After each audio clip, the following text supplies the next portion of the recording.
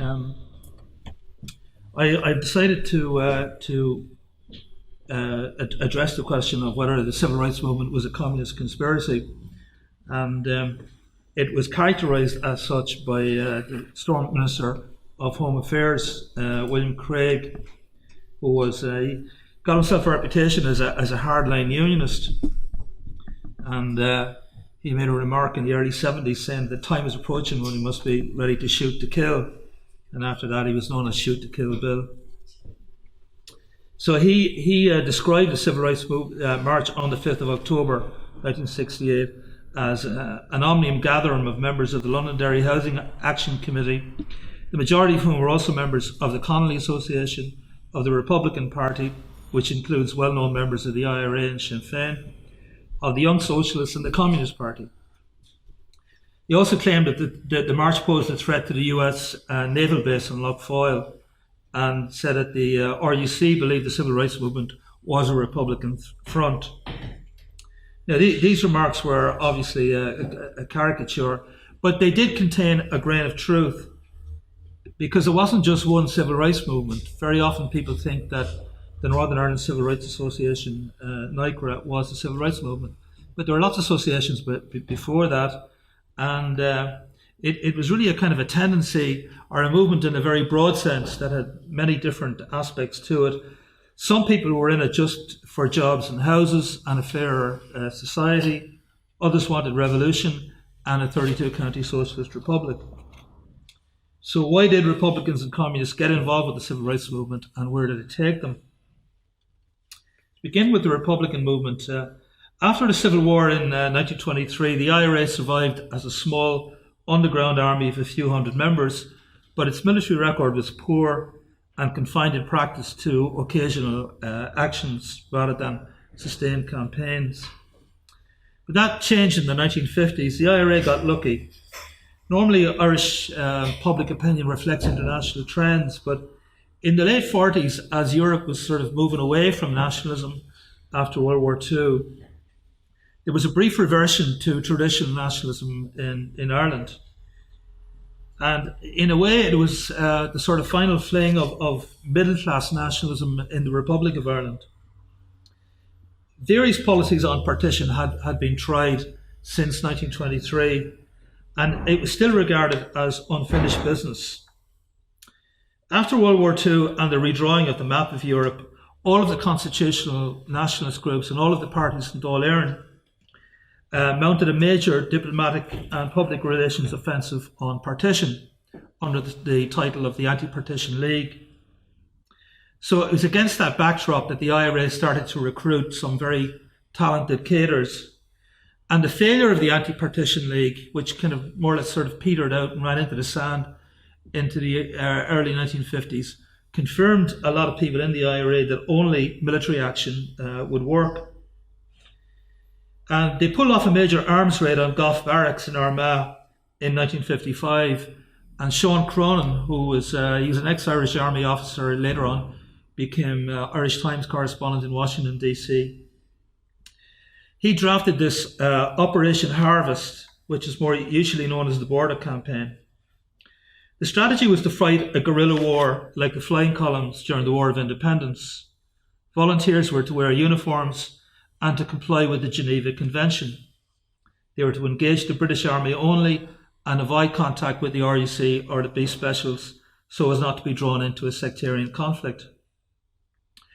They were also instructed not to become active in Belfast for fear of provoking retaliation. So the idea was that these flying columns would create liberated areas, and that in turn would internationalise the problem and bring Britain to the negotiation table. The Border Campaign began on the 12th of December 1956. It involved an impressive number of actions, but it failed to win much support in the north. Most of the volunteers were from the south, and Northern nationalists regarded it as something which was imposed on the north from the south. So as early as 1959, the campaign started to fizzle out, and when it was called off in February of 1962, most people didn't realise it was still on. It had entailed the death of 6 RUC men and 8 IRA volunteers. The humiliation of the border campaign led the Republican movement to a complete rethink.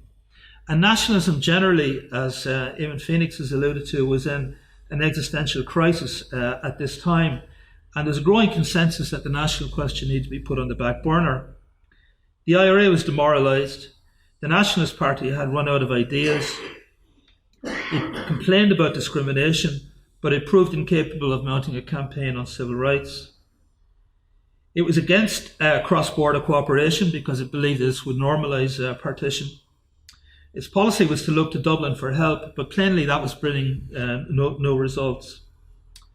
Efforts were made to replace the Nationalist Party with an organisation called National Unity in 1959, with the National Political Front in 1964, and the National Democratic Party in 1965, and these also failed. Many people felt that nationalism itself had failed, and because of things like the welfare state, it was a difficult time to argue for Irish unity. In 1960, average income in Northern Ireland was about 30% higher than in the Republic.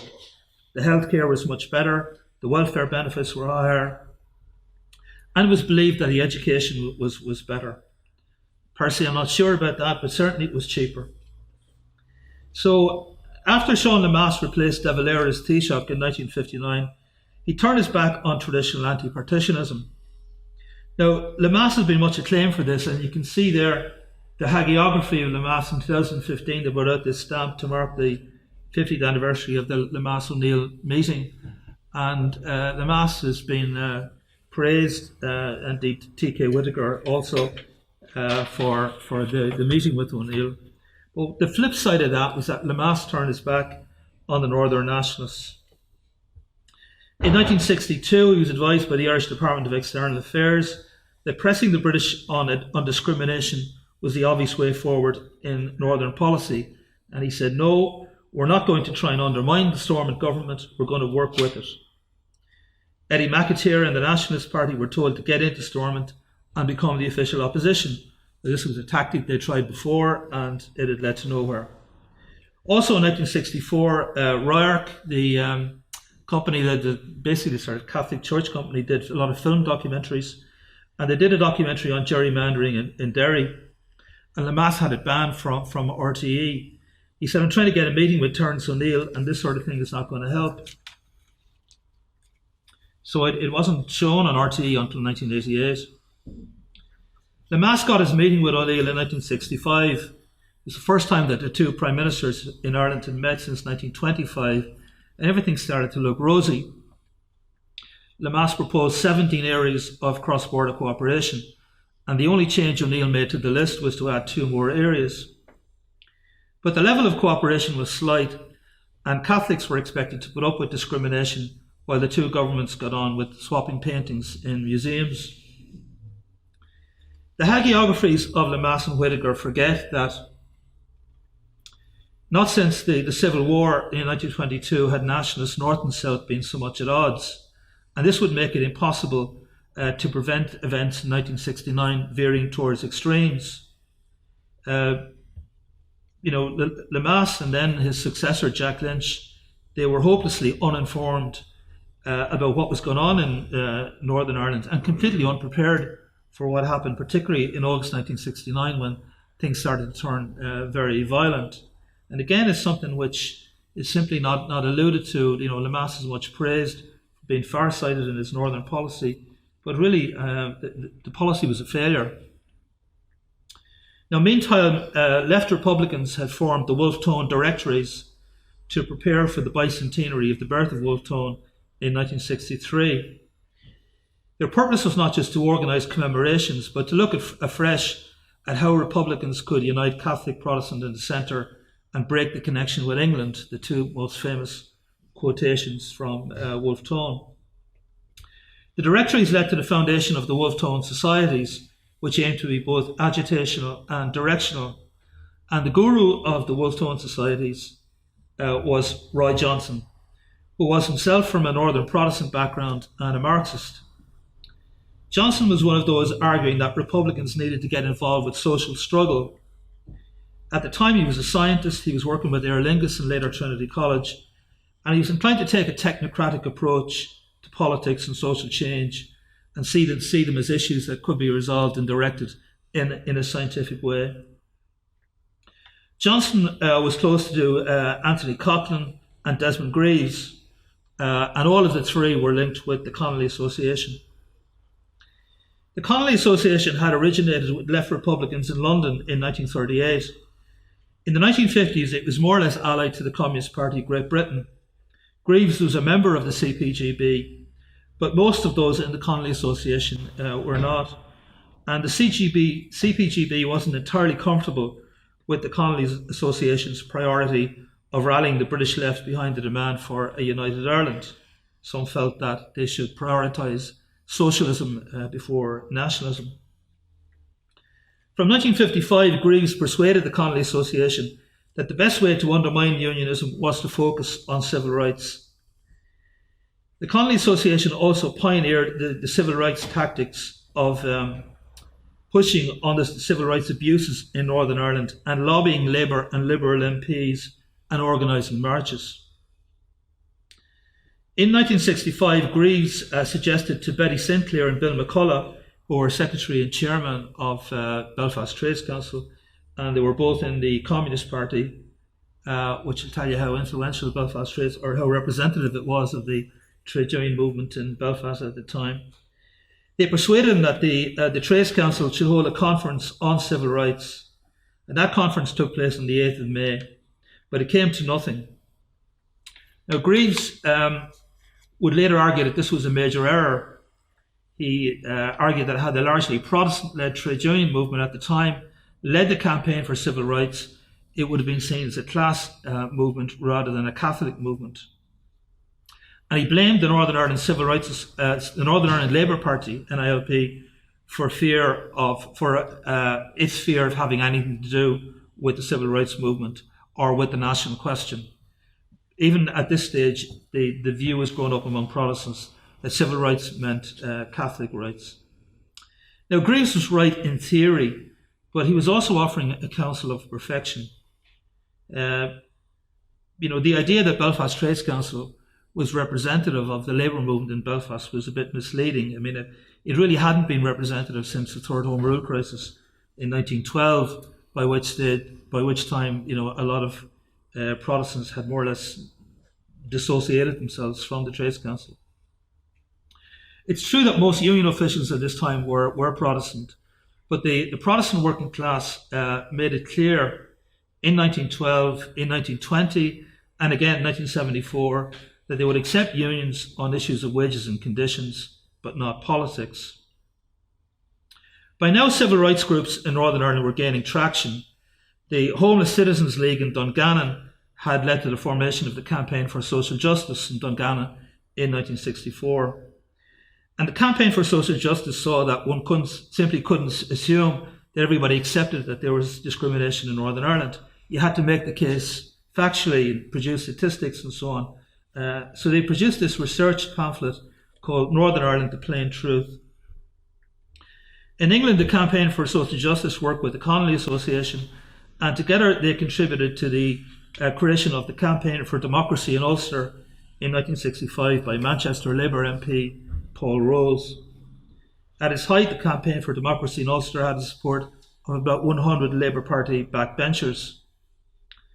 And it was powerfully boosted by the election of Gerry Fitt as Westminster MP for West Belfast in 1966.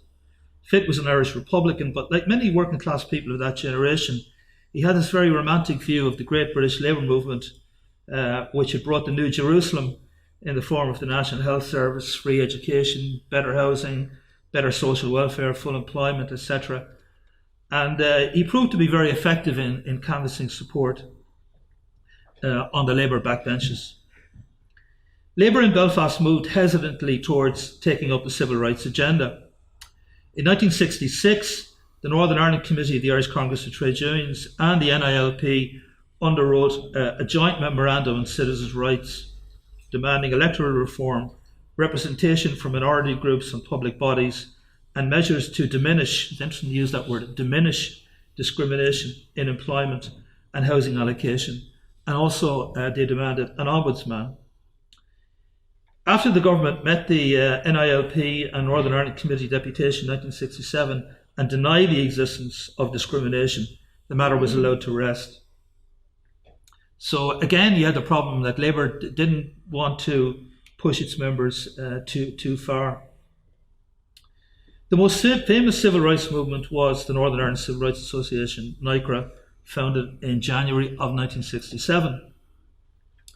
The idea of a public campaign for civil rights had been raised at a conference of the Wolf Tone Societies in Mahara in August 1966, and this led directly to the formation of NICRA. The first executive of NICRA had 14 members. 3 were communists. Others came from the Wolf Tone Societies, the Republican clubs, the Ulster Liberal Party, the National Democratic Party, the Republican Labour Party, Jerry Fitz Group, the Northern Ireland Labour Party, the Ardyne Tenants Association, and there was even a young unionist. But there was a lot of debate as to whether it should take to the streets. By now there was an awareness of Martin Luther King and the Black Civil Rights Movement.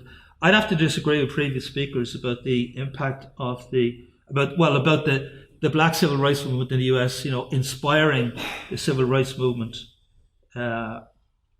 in Northern Ireland. So, I mean, there were movements underway before that, but nobody wants to say, I was inspired by Harold Wilson. Instead, people would rather say, I was inspired by Martin Luther King. In fact, Emmet O Connor says in his War in an Irish Town that people were joining the NILP branch in Derry out of admiration for Harold Wilson. And he has a footnote, and down at the bottom of the page he says, this was possible.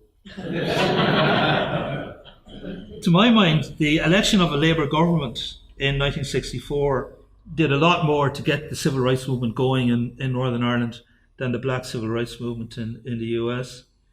Although Labour didn't have a great record in Ireland, people believed that there was a point to getting involved with civil rights once the Labour was in power. And people, no matter how aggrieved people feel, they're not going to take to the streets or do anything about it unless they feel that there's a point to protest. They have to feel that protest is going to lead somewhere. And with the election of a Labour government and developing these channels of communication with the British Labour Party, they did feel that things could be moving or made to move in the right direction. But certainly by 1968, people were being inspired by the Black Civil Rights Movement. 1968 throughout the world was a year of protest. And in consequence of what was happening, people felt maybe it's time to take to the streets, because after all, there had been these movements around for the past 5 or 6 years, and they didn't seem to be getting far. And you could argue that unless they did take to the streets, they would still be labouring away in obscurity. But Betty Sinclair, among others, argued that Northern Ireland was different because marching in Northern Ireland implied this territorial ownership, which wasn't really the case in the United States. So she argued that a civil rights march in a Protestant Derry was bound to be provocative. Others said that the whole point of the movement was to break the sectarian mould, to show that they weren't a Catholic civil rights movement, that they were a civil rights movement for everybody. But the reality was that street protests produced this toxic chemistry of police and loyalist collusion that will ultimately confound NICRA's political project. When the Northern Ireland Civil Rights Movement was invited to a second march by the Derry Housing Action Committee, the apprentice boys declared their intention to walk the same route at the same time, switching a traditional morning parade to the afternoon. Both marches were then banned. NICRA actually hadn't understood the political geography in Derry. They didn't realise that Catholics were not supposed to march within the walls. But significantly, John Hume also opposed the march. He believed that it would be provocative. But the Derry activists insisted that it should go ahead and should not accept the government's implications that civil rights were Catholic rights. The 5th of October march changed everything.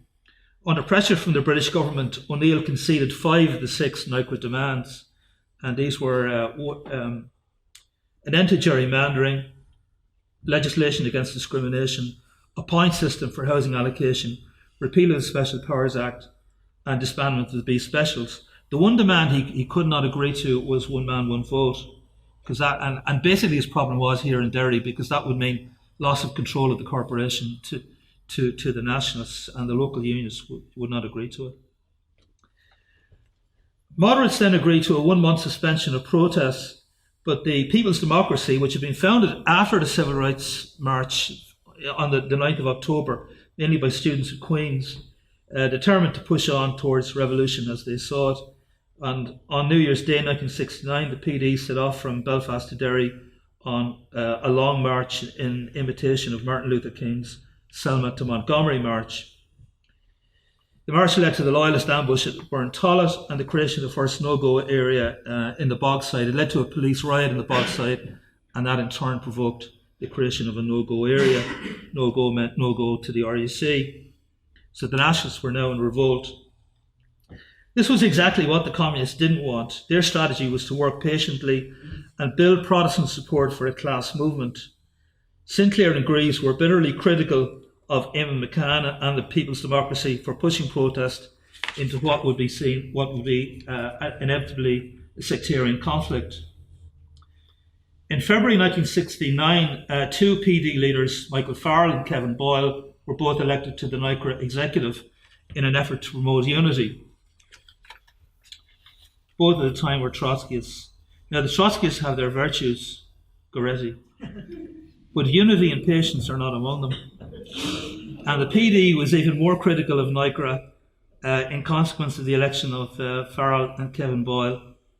And it led to a lot of bad blood. And Mrs. Sinclair in particular was very bitter about it. She resigned from the executive in March of '69. The PD then later disaffiliated from NICRA. Some Republicans, notably Roy Johnson and the Wolfe Tone Society, share the communist belief in what became known as the stages theory. That is, the analysis that one needed to build class unity around civil rights and social issues in the first instance before raising the national question. However, there were others who saw evidence of a growing communist influence on Sinn Féin and felt it was taking the movement away from its core aim of defending Catholic areas and achieving a united Ireland. The violence of the 14th, 15th of August took everyone by surprise, and it cracked the state along the sectarian fault line. The Republican movement then split in December and January into the officials and the provisionals. The provisionals bombing campaign began in 1971. Like every IRA campaign since 1921, it ended in defeat, and anybody who thinks otherwise is deluding themselves. The officials came to define themselves in opposition to the provisionals, and by the 1980s it seemed that they were willing to work with anyone from the Northern Ireland office to Kim Il-sung in North Korea to prosecute their obsession with the provost. NICRA came under stronger communist and official Sinn Féin influence and became increasingly marginal as an organisation. Finally, some points in conclusion. Last October, Radio File published a series of recollections of Derry people on the 5th of October march, and it was easy to distinguish the Catholics from the Protestants, even after all this time. That hasn't changed. All of the Catholics were consistent in their views. Things were bad, injustices were real, the civil rights movement was necessary and inevitable, and it did much good. Few connected the civil rights movement with the IRA or socialism or the flight of Protestants from the city side. Protestants, on the other hand, were very divided in their recollections. Some said injustices existed, others denied it. Common observation was that things were just as bad for working class Protestants, though why this should be an alibi or an excuse for doing nothing was not explained. Some saw the civil rights movement as a good idea initially. Most believed that at some point before the 5th of October, on the 5th of October or later, it was taken over by Republicans or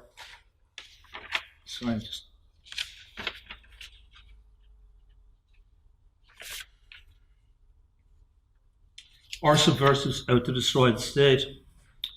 An implicit theme in Protestant recollections, and something not appreciated by Catholics, is that while Protestants were critical of big house unionism and the Fur Coat Brigade, they regarded an attack on the state as an attack on themselves.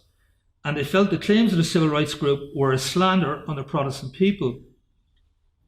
And I was very struck by that only last October here in the Guildhall when we had Erskine Holmes, who was on the Civil Rights March himself and later became head of the Housing Executive.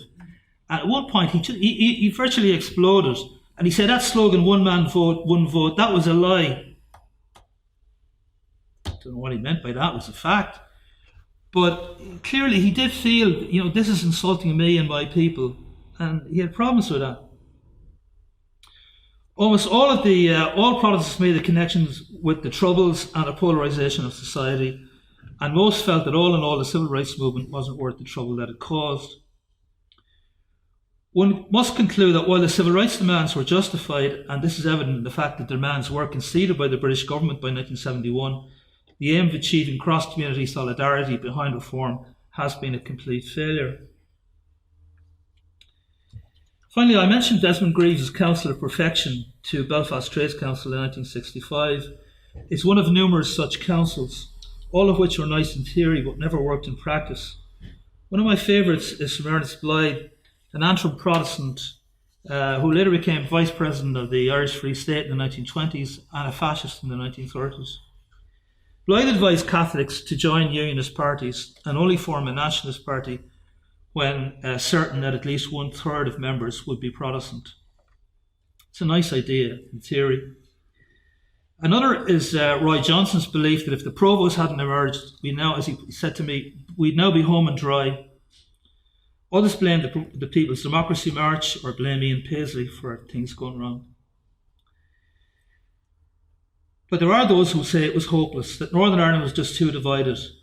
And maybe it's time to conclude that Northern Ireland is irredeemably sectarian, and the only way to get rid of sectarianism in Northern Ireland is to get rid of Northern Ireland. Or maybe it's just time to conclude. Thank you.